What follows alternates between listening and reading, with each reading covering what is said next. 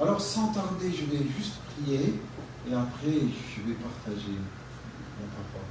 Père, nous te remercions au nom de ton Fils Jésus. Merci pour ta main. Merci de ce que tu es là, plus proche que nos respirations. Nous avons la foi et la confiance que tu as fait de nous ta demeure. Et je sais, ce que tu commences, tu termines. Tu n'es pas un homme pour mentir, ni le Fils de l'homme pour se repentir. Merci de ce que tu ne changes pas d'avis. On peut se confier en toi. Je te confie mes bien-aimés maintenant entre tes mains. Merci d'ouvrir leur intelligence. Merci d'illuminer les yeux de leur cœur. Qu'ils sachent quelle est l'espérance qui s'attache à ton appel. Quelle est l'infinie grandeur de ta richesse que tu as en réserve pour chacun d'entre eux et que personne ne sort les mains vides. C'est pourquoi j'amène toutes leurs pensées qui peuvent être captivées à autre chose, à ton obéissance. Je renverse toute forme de raisonnement, d'auteur, de forteresse, d'imagination qui se dresse contre la connaissance du Christ, mais aussi je déclare lier les puissances des ténèbres, je les rends sourds, aveugles, muets, sans action, dans les cœurs, dans les vies, dans ce lieu, autour de ce lieu, dans le nom puissant de Jésus. Et je libère la foi et la compréhension de tes promesses ce soir. Merci pour ta main qui agit en notre faveur, et merci Seigneur de ce que les ministères d'hommes sont déployés à notre faveur, et que ta grâce surabonde au-delà de ce qu'on peut espérer. Amen. Amen. Amen. Donc aujourd'hui, je partagerai avec vous sur Daniel et ses 3 amis. Donc, c'est une histoire étonnante, mais je vais d'abord lire le texte dans Daniel chapitre 1. C'est jusqu'au verset 7, donc je vais lire ce passage. La 3e année du règne de Joachim, roi de Juda, Nabuchodonosor, roi de Babylone, marcha contre Jérusalem et l'assiégea. Le Seigneur livra entre ses mains Joachim, roi de Juda, et une partie des ustensiles de la maison de Dieu, et Nabuchodonosor emporta les ustensiles au pays de Shinér, dans la maison de son Dieu, et il les mit dans la maison du trésor de son Dieu. Le roi donna l'ordre à Ashpenaz, chef de ses eunuques, d'amener quelques-uns des enfants d'Israël, de race royale ou de famille noble, de jeunes garçons sans défaut corporel, beaux de figure, doués de sagesse, d'intelligence et d'instruction, capables de servir dans le palais du roi, et à qui l'on enseignerait les lettres et la langue des Chaldéens. Le roi leur assigna pour chaque jour une portion de mets de sa table et du vin dont il buvait, voulant les élever pendant 3 années, au bout desquelles ils seraient au service du roi. Il y avait parmi eux, d'entre les enfants de Juda, Daniel, Ananias, Michaël et Azaria. Le chef des eunuques leur donna des noms: à Daniel celui de Beltshazar, à Ananias celui de Shadrach, à Michaël celui de Mishrak, et à Azaria celui d'Abel-Nego. Amen. Alors, cette histoire est très intéressante, parce que la Bible nous dit que c'était à l'époque de Joachim. En fait, Joachim était un roi totalement méchant et injuste, puisque dans le texte que vous allez voir plus loin, c'est Jérémie qui parle de ce roi. Et il dit ceci. Donc, ce Joachim était 600 ans avant Jésus-Christ. Donc, essayez d'imaginer toute l'histoire. Le règne de Joachim fut un désastre.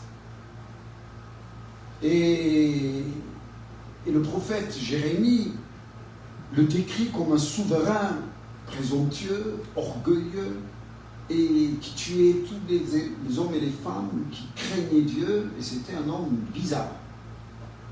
Alors Dieu donna à Jérémie une prophétie en lui disant que le roi Joachim et Jérusalem tomberaient à moins qu'il ne se repente.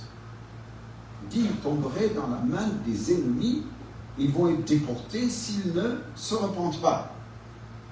Alors, quand les princes ont appris ce que Jérémie a reçu comme prophétie, ils sont allés voir le roi Joachim pour lui dire, écoute, on a eu une prophétie, cette prophétie elle est terrifiante. Si tu ne te repens pas, si les chefs ne se repentent pas, on va avoir des problèmes. Et il y aura un peuple étranger qui va venir nous déporter, on aura des problèmes. Vous savez qu'est-ce qu'il a fait cet homme? Vous le trouvez dans Jérémie chapitre 36, verset 21. Mais le roi entendit le récit des princes sur les prédictions de Jérémie et envoya un officier pour qu'ils amènent le livre. Joachim ordonna à l'officier de lire le livre à haute voix, et le roi découpa en morceaux les manuscrits et jeta au feu. Le gars était gonflé. Lui, il ne voulait pas croire que Dieu pouvait faire quelque chose. Joachim pensait donner le compte à personne.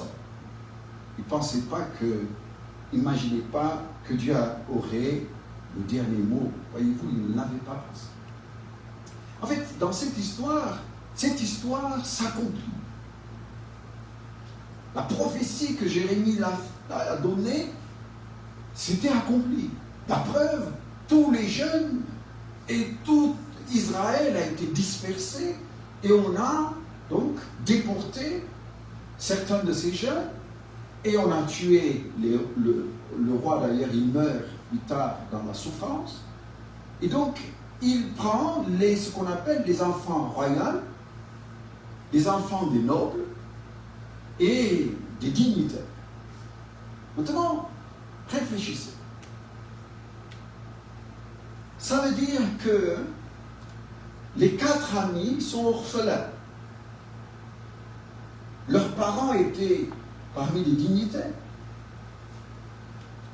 parmi les hommes les plus respectés du pays. Et quand ils ont fait la guerre contre Babylone, je suis sûr que les Babyloniens n'ont pas donné la chance de vivre à leurs parents.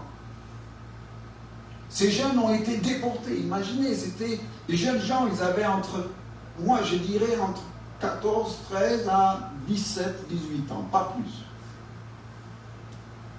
Déportés, des kilomètres de voyage. Imaginez la tristesse qu'il peut y avoir sous ces jeunes. Moi, ce qui m'impressionne, comment ils ont fait pour garder la foi. Si vous voyez vos parents tués, si vous voyez un autre peuple venir détruire votre nation, est-ce que vous continuerez à croire en Dieu? C'est étonnant dans cette histoire. Que ces jeunes, ces 4 jeunes enfants, ont cru de tout leur cœur que ce Dieu d'Israël est un Dieu vivant. Pour quelle raison? Comment ils ont fait pour croire? Comment ils ont fait pour tenir malgré que leurs parents soient tués et que ces jeunes deviennent des orphelins? Vous avez déjà pensé à toute cette histoire? C'est incroyable comme histoire. Moi, j'aime bien un peu extrapoler, réfléchir, rêver. Alors j'imagine ces 4 garçons, chacun de leur père les amenait au synagogue le dimanche. Enfin, pas le dimanche à l'époque, c'était le samedi. Le Shabbat, le jour du Shabbat. Alors ils ont entendu ce que Jérémie avait donné comme prophétie. Les parents disaient, oh là là, le malheur va nous arriver. Et le roi n'a pas voulu écouter. Les dignitaires, ils n'ont même pas repris le roi. Tu te rends compte, tout le monde était d'accord. C'est malheureux. Ils commencent à parler comme ça, imaginez. Alors ces petits, ils avaient entendu ce qui se passait.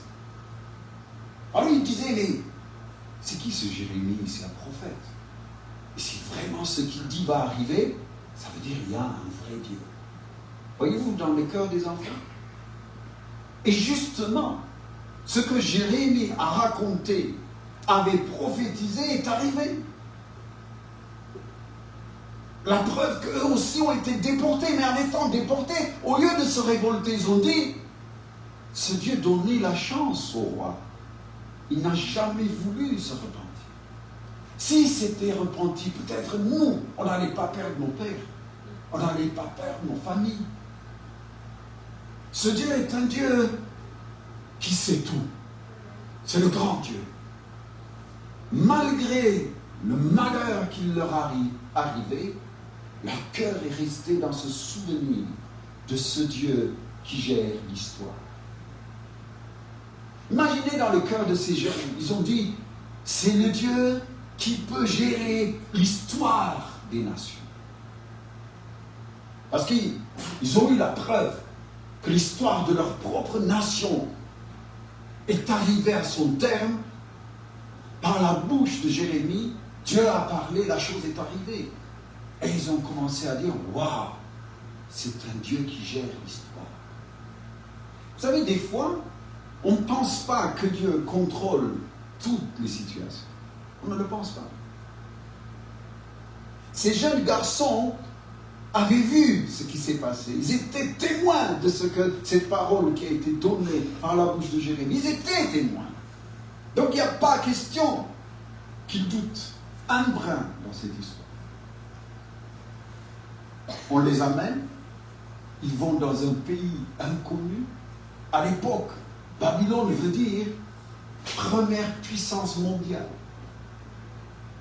C'est comme si les gens venaient à New York, qui viennent d'un pays où il y a des tout cool. Ils rentrent à New York, ils voient les gratte-ciel, voyez-vous?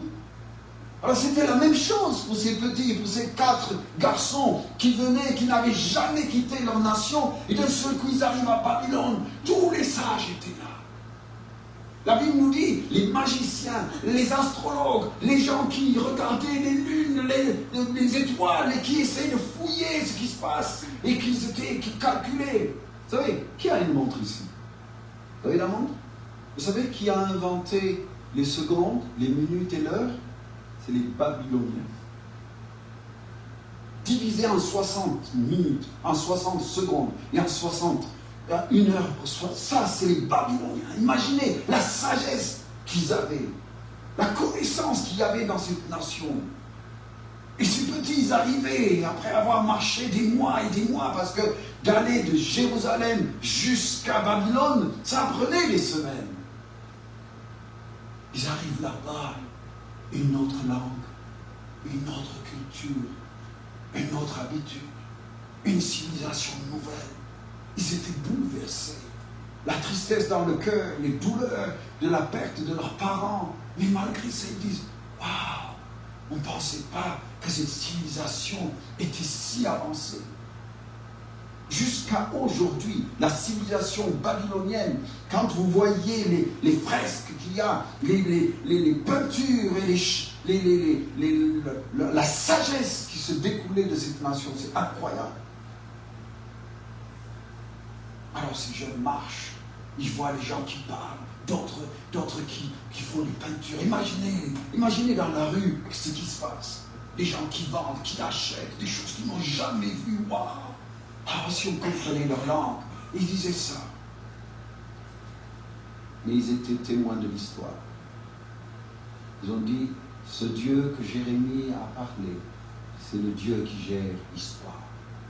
Pas seulement l'histoire de la nation juive, mais aussi leur propre histoire. Vous savez, ce Dieu que nous croyons est un Dieu qui est le maître de l'histoire. Pas seulement l'histoire de ta nation, mais l'histoire de ta propre vie. Chacun d'entre nous, on a une histoire. Et dans cette histoire, vous comprenez, comme Daniel, Anania, et tous ces jeunes, ces 4 jeunes, ils savaient que ce Dieu est un Dieu qui connaissait l'histoire et qui pouvait gérer l'histoire. Avec des conditions, parce que si ils s'étaient repentis, peut-être Dieu allait jamais amener ces jeunes dans ce lieu. Voyez-vous, dans cette histoire que je viens de lire, le roi donne un ordre, en disant, voilà, je veux que tous ces jeunes qu'on a déportés de toutes les nations, imaginez, il y avait des princes, des petits princes, donc voilà, le texte nous dit, il dit, le roi donna l'ordre à Ashpenaz, chef de ses eunuques, d'amener quelques-uns des enfants d'Israël de race royale ou de famille noble. Ce n'était pas n'importe qui. Ça veut dire Daniel et tous ses amis étaient d'une famille royale, d'une famille noble. Il continue.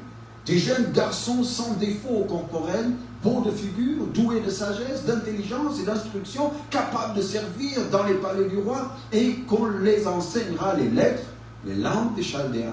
Le roi les assigna pour chaque jour une portion de mets de sa table.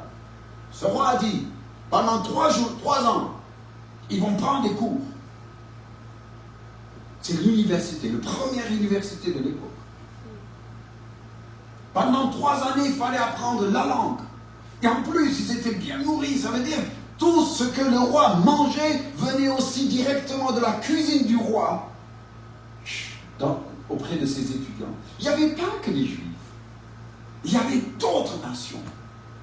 Quand vous lisez le livre d'Esther, vous allez apprendre qu'il y a eu 140 et quelques provinces, ça veut dire nations, qui étaient capturées, vaincues par des Babyloniens. Alors imaginez, il y avait peut-être des dignitaires, des enfants de dignitaires espagnols, des enfants de dignitaires d'Éthiopie, d'Égypte, des enfants de dignitaires de Nigeria, des enfants de dignitaires de Côte d'Ivoire, des plein de nations, parce que le monde entier était sous l'emprise de ce gouvernement qui s'appelait, de cet empire qu'on appelait Babylone. Dans chaque famille, on choisissait les meilleurs. Les Israélites, donc les 4 ont été choisis, c'était des jeunes. Imaginez, quelques-uns de votre âge, ils étaient là, le premier jour, ils arrivent à l'université.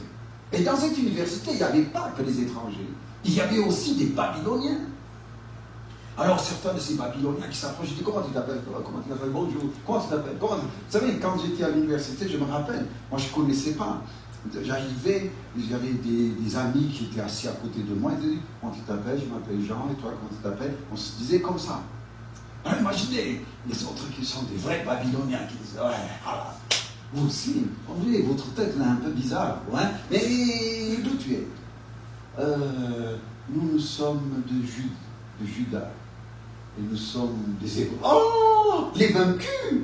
Oh, oh, oh. Et, tu sais, Babylone a écrasé votre petite nation. On les a mangés tout crus. Et quand même, on vous a permis d'être là dans l'université avec nous. Comment tu t'appelles, tu as dit? Daniel. Quoi? Dan quoi? Daniel. Oh, Daniel. Qu'est-ce que ça veut dire? D'où vient ce nom? Eh bien, c'est en hébreu. Ça veut dire Dieu est mon juge. Oh, quel juge! Alors là, vous permettez qu'un autre vous dicte comment vivre, et c'est de là-haut que vous recevez une morale, un jugement, une justice. Mais qu'est-ce que c'est cette histoire? Nous, on est des êtres vivants. On ne se laisse jamais, on ne laisse personne nous donner comment se juger. Oh, ils se moquaient d'eux.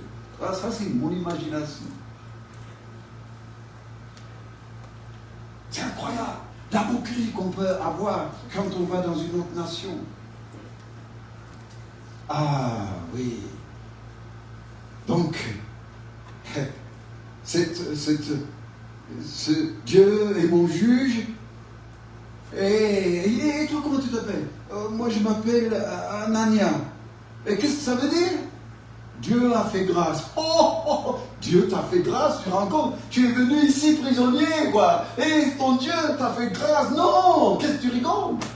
Qu'est-ce que tu racontes? Mais ça va pas, là. La grâce, c'est l'effort que je fais, le travail que je fournis. C'est ça, le cadeau. Alors, les grâces, ça veut dire cadeau gratuit, c'est ça. Et il me dit, il n'y a pas de gratuité. Il n'y a pas de grâce. Nous, on sait, c'est pas nos efforts que nous arrivons à quelque chose. Laisse tomber, c'est n'importe quoi. Et toi, comment tu t'appelles, toi? Je m'appelle Michel. Michel? Quoi? Michel? Oui.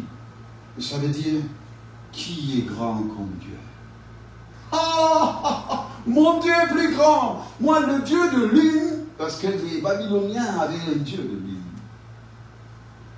Le Dieu de lune a écrasé ton Dieu, qui est grand comme Dieu. Oh, oh, le nôtre est plus grand que le tien. Qu'est-ce que tu racontes? Imaginez l'humiliation qui se sont tapés ces jeunes. Et l'autre lui dit, Azaria, l'Éternel est mon secours. Ah ben, il vous a bien secouru. Il vous a bien secouru, il vous a amené ici. Il n'y a pas de secours. Ton Dieu ne te défend pas. D'ailleurs, on va en parler au chef de l'eunuque. Il faut qu'on change vos noms, ça ne va pas. C'est bizarre.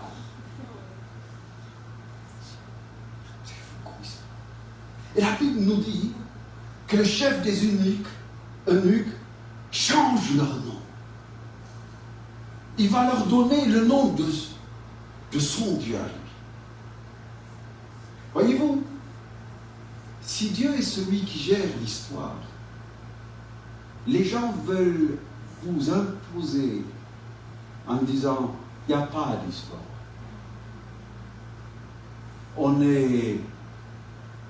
C'est nous qui écrivons l'histoire. Et en même temps, qu'est-ce qu'on va vous dire? On va changer votre nom. Vous savez, c'est quoi le nom? C'est l'identité.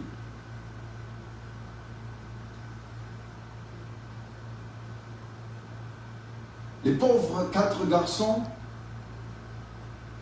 Babylone voulait imposer à changer leur identité. C'est ce qu'on fait aujourd'hui, amis.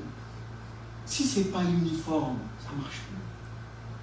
Si on voit quelqu'un habillé en déchirure, tout le monde se met en déchirure parce que sinon, on est mis dehors du club.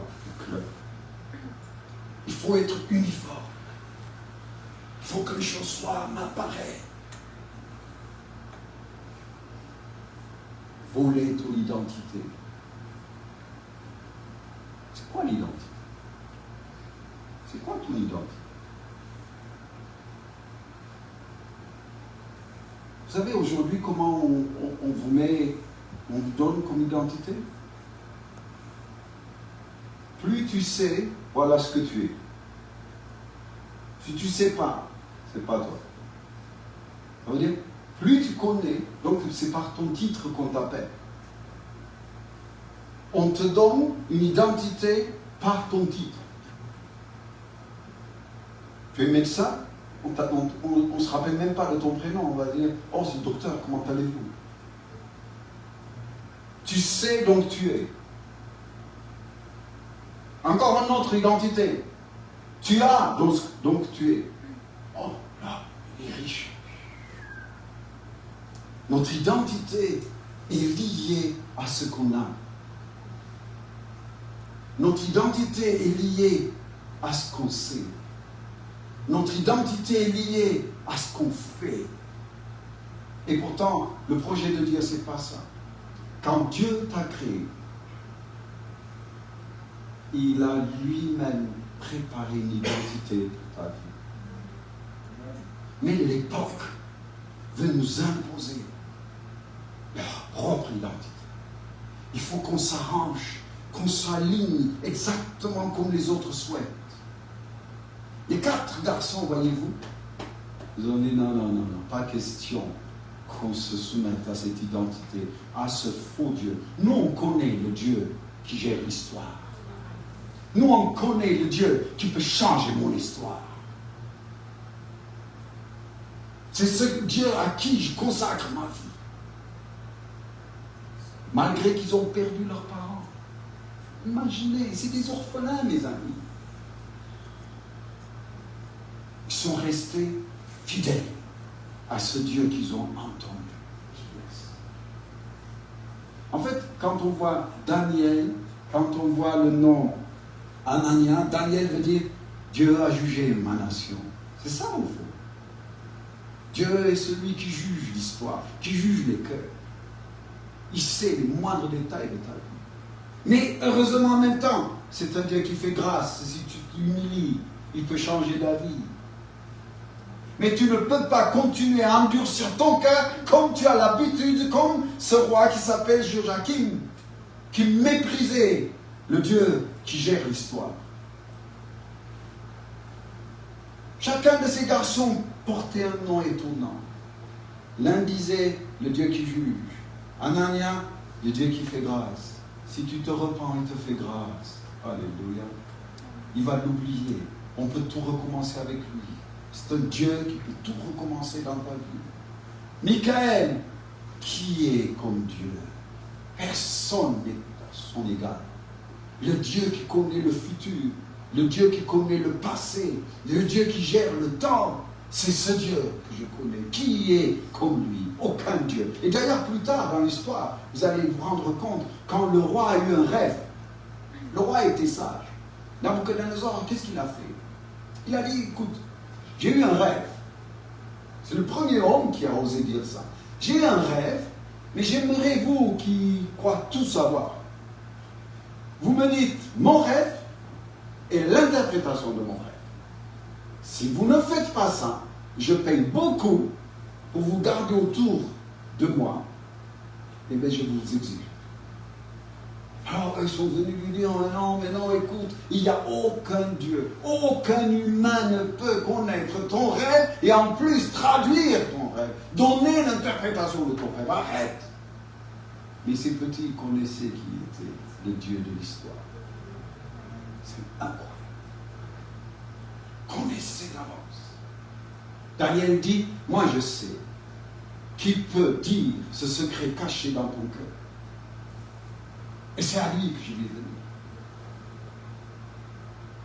Il raconte l'histoire. Il lui dit, tu as rêvé ça, et voilà l'interprétation. Waouh! Donc c'était des gens qui avaient une notion de qui est Dieu en tant que Dieu de l'histoire. Amen? Et aussi en tant que Dieu qui fait grâce. Plus tard, Israël, comme Jérémie l'avait dit, Israël va être libéré. Mais mieux encore, Daniel a eu la vision, pas seulement de sa nation, mais de la nation du monde entier.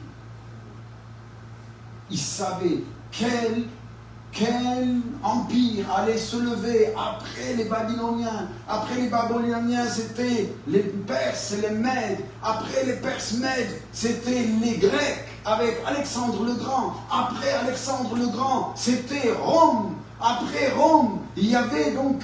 Il raconte toute l'histoire de toute l'humanité.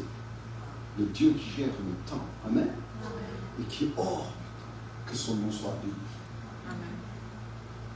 Et l'Éternel nous secourra. Amen. C'était le dernier mot qu'il nous disait. Alors, qu'est-ce qu'on tire comme leçon? La première leçon qu'on tire, c'est que Dieu est un Dieu d'une histoire, mais aussi le Dieu de ton identité.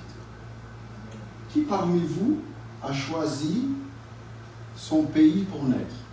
Y a-t-il ici qui a déposé un dossier en disant, moi j'aimerais aller au Canada, je veux naître au Canada, je veux naître telle famille, je veux être à cette époque. Qui a fait ce dossier? Qui a déposé? Aucun d'entre nous. Ça veut dire quand Dieu t'a créé, il a un plan, un projet, une destinée claire pour t'amener à le craindre, à s'attacher à lui, à faire de lui ta raison de vie ici. Tu n'es pas créé juste pour être bien avec Dieu. Vous savez, souvent, aujourd'hui, on veut que Dieu nous bénisse. Vous savez, chaque fois, nos prières, c'est pas Seigneur, bénis ma maison. Oh Seigneur, pourvois mes besoins. Oh Seigneur, donne-moi du travail. Mais c'est comme si Dieu est devenu le boy. Bien sûr, on utilise le mot magnifique. On va lui dire, Seigneur, tu es grand, tu es bon, tu es tout. Et après, on lui dit, veux-tu pas garder ma maison? C'est de l'insulte. Imaginez au Moyen-Âge, le Seigneur sur son cheval et son gueux qui marche à côté de lui. Oh mon Seigneur, vous êtes le plus beau de tous les seigneurs. Mais j'ai mon cheval, mon petit âne là. Vous ne pouvez pas garder mon âne? Il allait avoir des problèmes. Il va avoir des problèmes s'il dit ça. Nous, on ne fait pas mieux. Garde ma maison. Garde mes enfants. Garde mon travail. Non, protège-moi. Comme si Dieu existe pour toi. Et c'est le contraire, c'est toi qui existes pour Dieu. C'est pourquoi il faut que tu saisisses. Il ne te doit rien. Tu boudes. Ben, c'est toi qui vas avoir des problèmes comme Joachim. Tu râles. C'est toi qui vas avoir des problèmes comme Joachim. Il croyait tout savoir, être le maître de tout, comme s'il gérait son temps et son avenir. Aucun cœur de repentance. Et ça lui a coûté cher. Oui, ton identité. J'aime ce texte qui dit « Toutes mes sources sont en toi ». Tu le connais cette histoire? C'est dans le psaume 87. Et toutes mes sources sont en toi. Amen. Toutes nos sources. Notre existence vient de Dieu. C'est lui qui t'a donné le souffle et l'existence sur cette terre. Il ne te doit rien. Mais rien. Ces garçons ne s'arrêtent pas là. Un jour, ils ont appris, donc vous le trouvez dans Daniel chapitre 1, verset 8. Le roi a décrété qu'il mange la nourriture qui allait chez lui, du palais, et qu'il boive le vin que lui-même buvait, il donnait à tous ses étudiants. Imaginez peut-être ces 1000 étudiants. Et Daniel et ses amis savaient que ce roi adorait le Dieu du vin, le Dieu des fers, de l'or, de l'argent. C'était des idolâtres. Et Daniel et ses amis ont dit on ne veut pas se souiller parce qu'ils savaient la perte d'Israël était le fait de se souiller sur quelque chose que Dieu détestait. Et c'est pourquoi Israël avait souffert.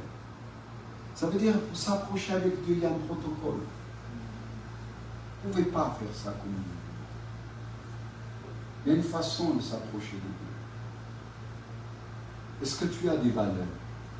Vous savez, une des choses que je dis, ces garçons avaient des valeurs. Ils ont dit au fond d'eux, on ne veut pas se souiller. On ne va pas faire ça comme les autres. Si les autres sortent avec des copains tout le temps, couchés, on va essayer, tout ça, est-ce que toi tu dis non, ces valeurs-là, moi je ne le ferai pas. Quand je suis arrivé en France, j'ai connu Jésus. Moi je me suis marié tard, à l'âge de 40 ans que je me suis marié. Je suis arrivé, j'avais 23 ans.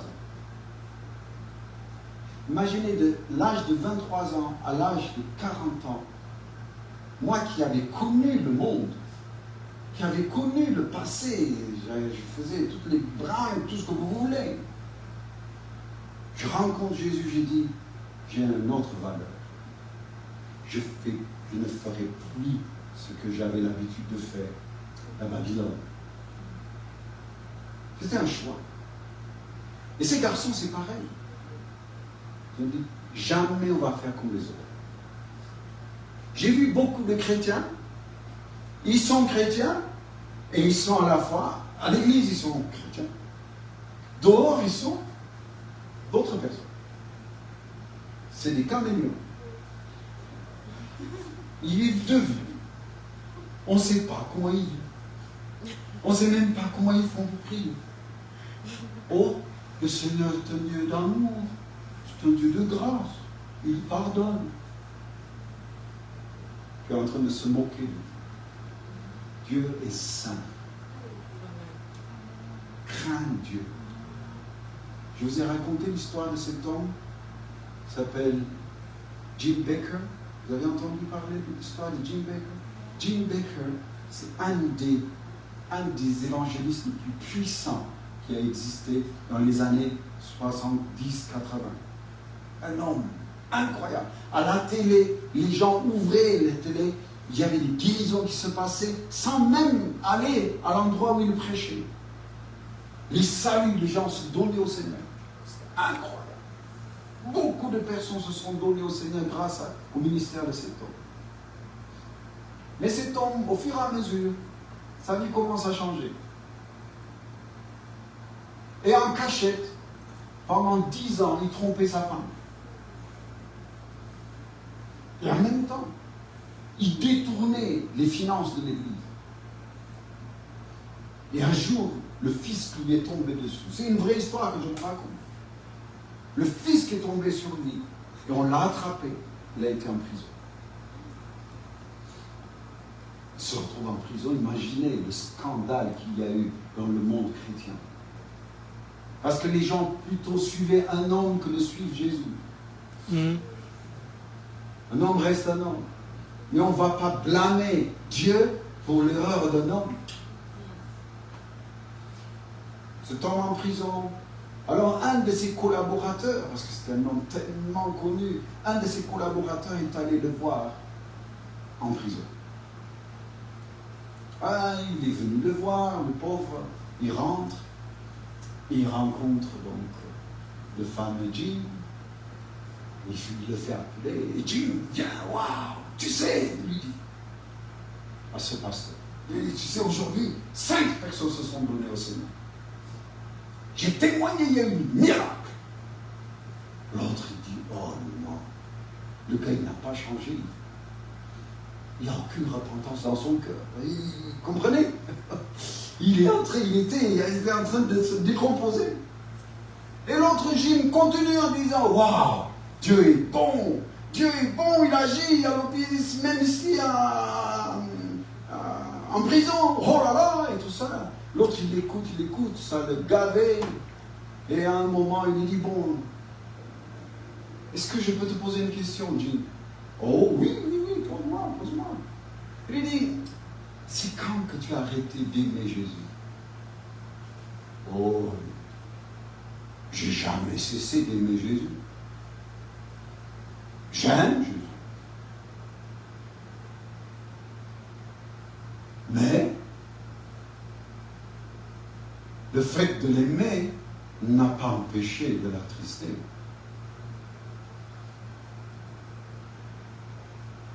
C'est la crainte de Dieu qui m'a abandonné. Je ne le craignais plus. Voyez-vous? On peut dire qu'on aime Jésus et qu'on ne le craint plus. Craindre, c'est quoi? Craindre de l'attrister. Si dans votre cœur, vous ne craignez plus d'attrister Jésus, ça devient grave. Et cet homme, vous savez qu'est-ce qu'il dit? Jim, il dit ceci. Il dit, je suis content que je sois en prison, sinon j'allais finir à l'enfer. Son amour m'a gardé et il m'a arrêté en m'emmenant en prison. Et je le remercie. C'est là qu'on doit comprendre. On peut aimer Jésus et ne plus le craindre. C'est bien aimer avec des valeurs, voyez-vous. Pas seulement de dire on connaît le Dieu de l'histoire. Pas seulement de dire c'est le Dieu qui peut, qui connaît mon identité. Je sais pourquoi je suis créé pour lui. On peut dire tout cela.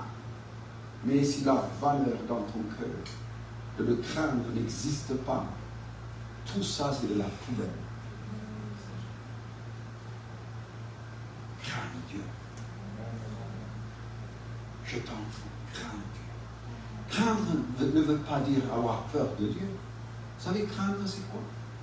C'est ne pas aimer ce que Dieu n'aime pas. Aimer ce que Dieu aime. Si Dieu te dit, ne vole plus, et que tu continues à voler, tu ne crains pas. Craindre Dieu, c'est détester ce que Dieu déteste, aimer ce que Dieu aime. C'est ça, craindre. Si dans ton cœur, tu veux vivre des choses profondes avec Dieu, tu rêves peut-être des miracles, des signes et des prodiges, ça ne sert à rien sans la crainte de Dieu. Dimanche, je vais partager sur la différence entre l'épreuve les agressions démoniaques et la tentation. Il y a une très grande différence. Je vais partager sur ce secret. Craindre Dieu. Ces jeunes garçons craignaient Dieu. Ils ne voulaient pas se souiller, manger le repas de ces idoles. Ils n'ont pas dit, bon, c'est pas grave, Dieu nous pardonne. Je le fais quand même. Parce que Dieu est un Dieu d'amour. L'amour est aussi bon que la mort, nous dit la Bible. L'amour n'est pas quelque chose de mou. L'amour n'est pas quelque chose de léger. L'amour est puissant. Il est aussi fort que la mort. Qui résistera de la mort? Qui peut échapper de la mort? La Bible nous dit qu'il est aussi fort que la mort. Crains Dieu. C'est pour ça ce texte magnifique. Eux, ils avaient des valeurs. Quelle est ta valeur? Vous savez, moi j'ai 3 valeurs. Aimer Dieu, l'amour de ton prochain, l'obéissance au commandement de Dieu. Ce sont des valeurs sur quoi tu peux. Oui, je t'aime Jésus au point de t'obéir et d'aimer aussi mon prochain comme il le mérite. Si tu le juges, si tu le critiques, tu aimerais qu'on te critique? Tu aimerais qu'on te juge? Tu aimerais qu'on te méprise? Tu aimerais qu'on parle du mal de toi? Tout ce que tu n'aimes pas qu'on te fasse, ne le fais pas. Ça, c'est avoir de la valeur. Des valeurs. Se consacrer pour avoir des valeurs claires. Amen. Dans ce secret, les 3 amis, on les a amenés en fournaise. Vous connaissez l'histoire. Le roi était tellement orgueilleux, il a dit, bon, je vais faire une statue en or, si vous ne vous prosternez pas, vous allez avoir des problèmes. Quiconque ne se prosternera pas, lisez le livre de Daniel, je vous encourage à le lire. Quiconque ne se prosternera pas devant la statue sera brûlé au feu. Les 3 amis, ils ne sont pas démontés. Ils n'ont pas eu honte de témoigner.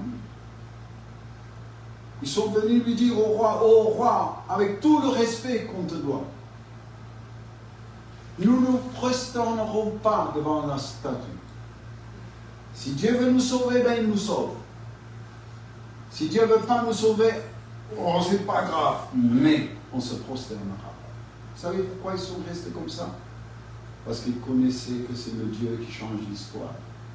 Ils ont vu que Dieu leur a donné le secret caché dans le cœur même de Nabuchodonosor, le rêve qu'il a eu. Ils ont vu que ce Dieu, c'est un Dieu quelqu'un qui touche quelque chose de saint de la part de Dieu, aura du problème. Ils ont vu leur propre roi, Joachim, déporté, mort, toute leur nation détruite. Ils ont tout vu. Donc ils avaient la crainte de Dieu.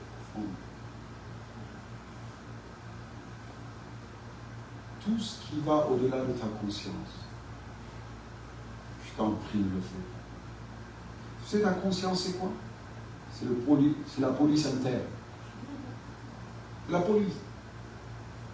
Et combien de fois on a fait taire la police à l'intérieur? Quand on se dit, non, là, t'as menti. Oui, mais tout le monde ment. Là, t'as triché. Bof, c'est tout le monde qui le fait. On finit par faire taire notre conscience. C'est malheureux. Que Dieu nous donne le cœur de ces 4 amis qui connaissaient l'histoire, le maître de l'histoire, le maître qui donne une identité. Ton identité n'est pas, tu sais, moi je dis toujours, plus tu te trouves moche, tu es le mieux déguisé pour être un agent secret du Seigneur. Parce que le monde va te dire, t'es pas beau, t'es moche.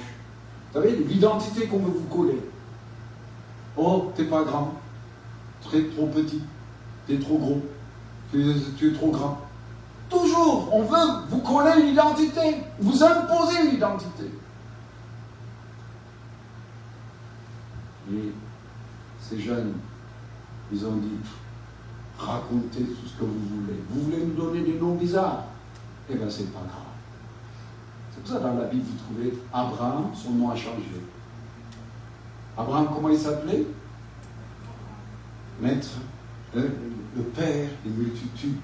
Son nom a changé, c'était Maître, c'était le Père honorable. D'un seul coup, son nom change, il devient Père des multitudes. Pierre, il s'appelait Simon. Jésus lui dit, ton identité doit changer. Simon, ça veut dire roseau, quelque chose de fragile. Moi, je vais appeler ton nom Pierre. Pierre, rocher qui ne bouge pas. Paul s'appelait Saül, Saul. Vous savez, Saül, pourquoi on l'appelait Saul? Parce que pour le souvenir de Saül, parce qu'il était même Benjamin. Et Paul faisait partie de ce Benjamin, du premier roi d'Israël. Saül, ses parents lui ont donné une identité pour qu'il soit attaché à ce Saül, qui était un homme qui n'avait aucune identité. Un homme qui avait craint, qui craignait les humains. Et d'un seul coup, le nom change. Alléluia. Et Paul veut dire tout simplement, je suis humble, petit. Devant Dieu, je suis insignifiant. Voilà comment Dieu change.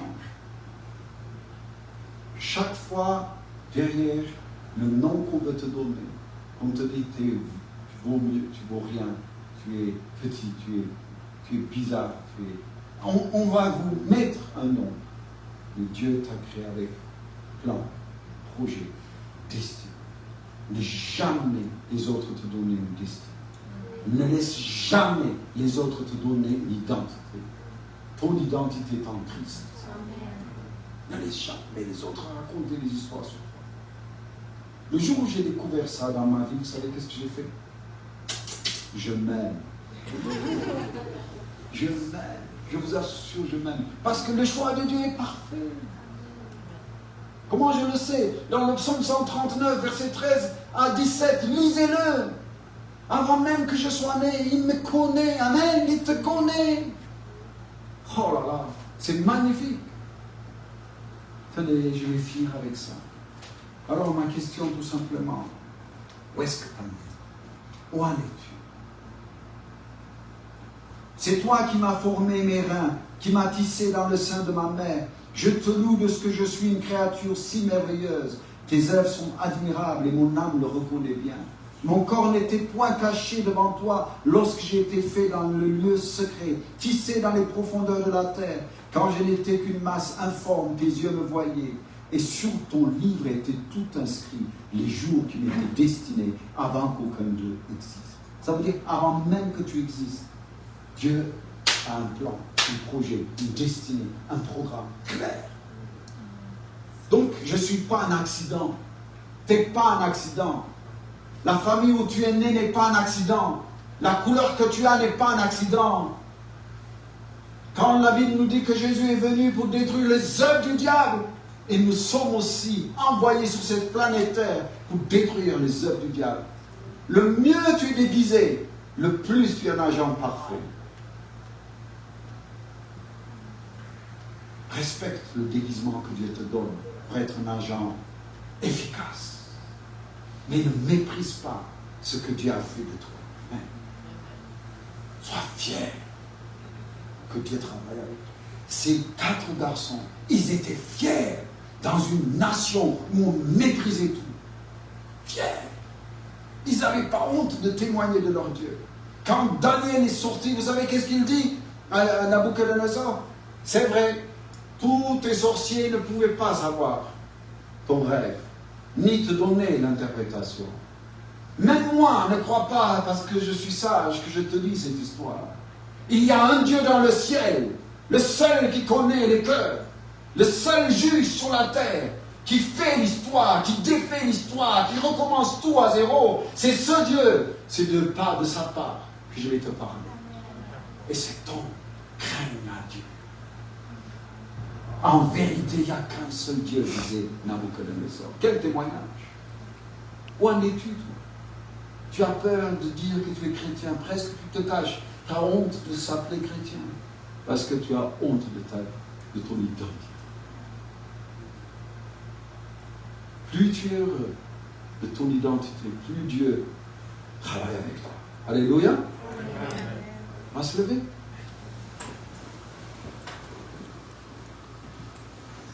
Si tu crois ce soir, c'est celui qui peut défaire l'histoire. Si ton histoire peut être une histoire honteuse, que tu as honte, que tu n'aimes pas en parler, que tu ne sais pas, que tu dis, oh là là, si on savait d'où je viens, de quelle famille je suis, et toutes les hontes que tu peux te taper, je peux te dire une chose, Dieu refait ton histoire. Amen.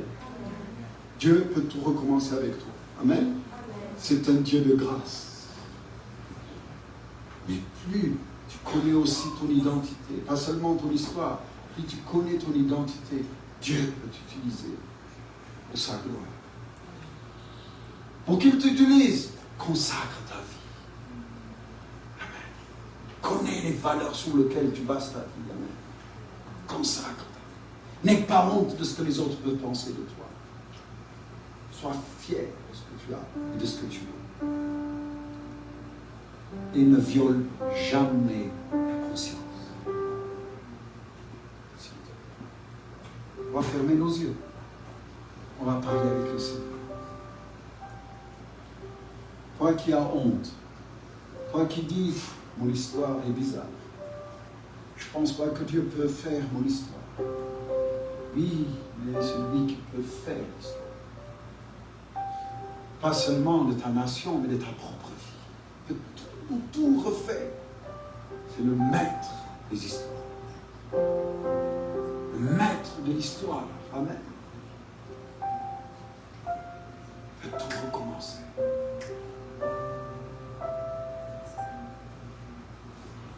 On va commencer avec ça.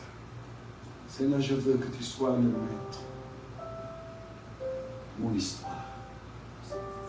Je ne suis pas créé, je ne suis pas un accident. Tu as un plan et un projet. Je sais de pourquoi tu m'as amené sur cette terre. Dévoile-moi ce secret. Dévoile-moi le secret de ton plan, de ton projet, Seigneur. Que je rentre dans ma destinée.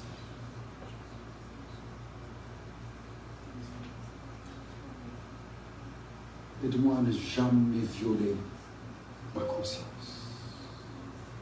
Crée en moi de te craindre. Avoir des valeurs qui respectent ta parole, qui respectent ta personne, qui respectent et qui aiment qui tu es. Je t'en prie, aide-moi. Alléluia. Alléluia, alléluia, alléluia, alléluia. Crains Dieu. Crains, je t'en prie.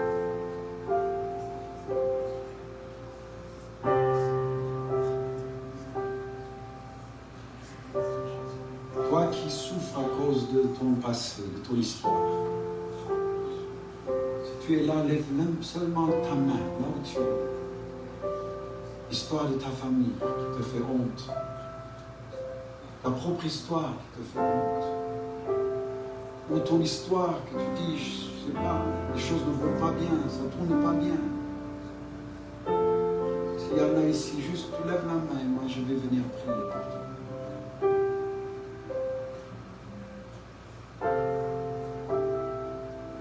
Merci Jésus. Merci Jésus te voit. Merci de changer l'histoire. N'aie pas honte. N'aie pas honte, n'aie pas honte, n'aie pas honte.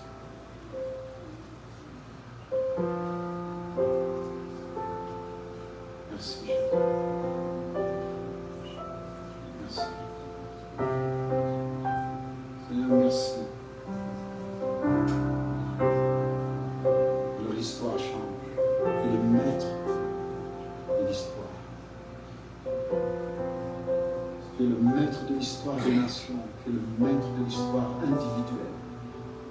j'apporte mes sœurs et mes frères souffrent à cause de leur histoire, l'histoire de la famille, l'histoire de la familiale, les hontes qu'il y a, qui pèsent, le tourment qu'il y a, ou les choses qu'on connaît, les secrets de famille. Seigneur, change l'histoire aujourd'hui. Leur histoire change. Ils te connaissent comme celui qui change l'histoire. Merci pour le changement de l'histoire de leur vie. Maintenant, touche-les, Seigneur. Là où ils sont. Touche l'histoire de ton peuple.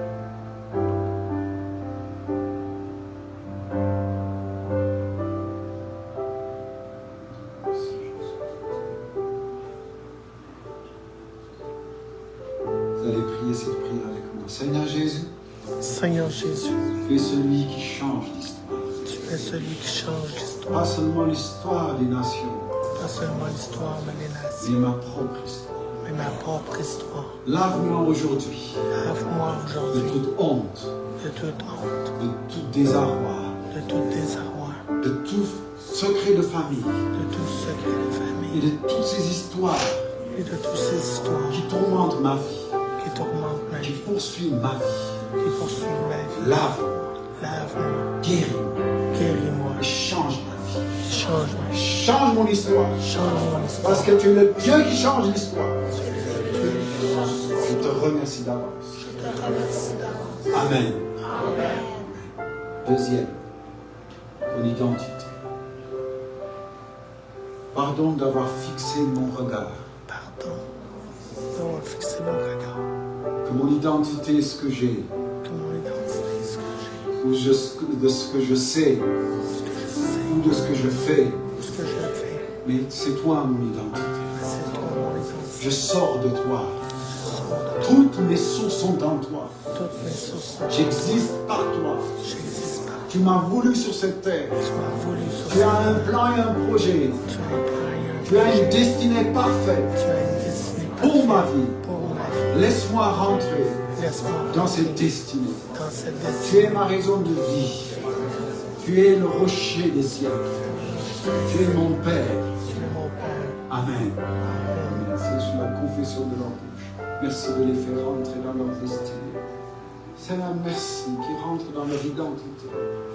Qu'ils connaissent que tu les aimes et que tu as un plan et un projet parfait. Seigneur, qui sort de cette honte, de tout ce qui peut être pesant, qui veut les empêcher à être consacrés. Lave-les, Père, au nom de Jésus. Je te remercie. Troisième valeur. Seigneur Jésus, Seigneur Jésus, je veux baser mes valeurs je veux baser mes valeurs sur la vérité de tes promesses. sur la vérité de tes promesses. Aide-moi à t'obéir, Aide-moi à t'obéir, à ne plus violer ma conscience. ne plus violer ma conscience. S'il te plaît, S'il te plaît, je veux consacrer ma vie. je veux consacrer ma vie. Je veux faire de toi Je veux faire de toi mes délices, mes délices, ma raison de vie. ma raison de vie. Ici-bas, Ici-bas, te ressembler. te ressembler. Voilà la raison de ma vie. Voilà la raison de ma Je vie. te remercie, Je Jésus. te remercie, Seigneur Jésus. Seigneur, sous la confession de l'ordre. Toi, tu es venu sur la terre, Seigneur Jésus, pour détruire les œuvres du diable. Comme dit le Fils. Le Fils de l'homme a apparu pour détruire les œuvres du diable de ta parole. Merci de ce que tu les as créés pour détruire les œuvres du diable. Les œuvres du diable n'est que le mensonge, l'impureté, l'impudicité, les luxures, les fornications, les masturbations. C'est les œuvres du diable, Seigneur. Merci de ce que tu leur donnes à être consacrés, à faire de toi leur raison de vie, Père. Merci de les aider. Je les bénis, Seigneur. Je te demande pardon pour eux. Lave-les à commencer d'aujourd'hui. Comme tu es le Dieu de Daniel, le Dieu qui est le juste juge. Mais tu es aussi le Dieu d'Ananias, le Dieu qui fait grâce. Comme tu es le Dieu de Mishak, le Dieu qui est semblable à toi, le grand Dieu de l'univers.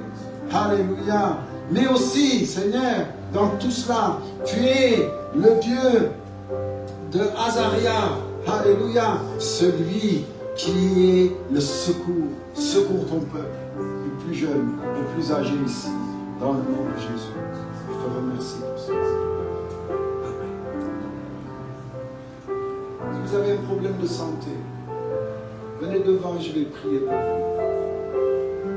quand il y a un homme, une femme qui a un problème de santé, un jeune parmi vous, venez devant et je vais prier pour vous.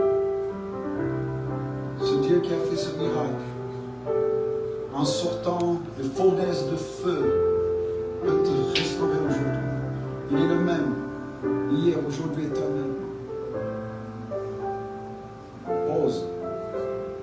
Vous savez pourquoi il guérit le Seigneur? Je vais vous dire. C'est pour que tu ne sois plus distrait. Quand Dieu guérit, c'est pour que rien ne distrait ta vie pour le servir sans distraction. C'est ça le projet de Dieu. Seigneur, merci. Merci pour la guérison dans le corps, l'âme et l'esprit de mon frère.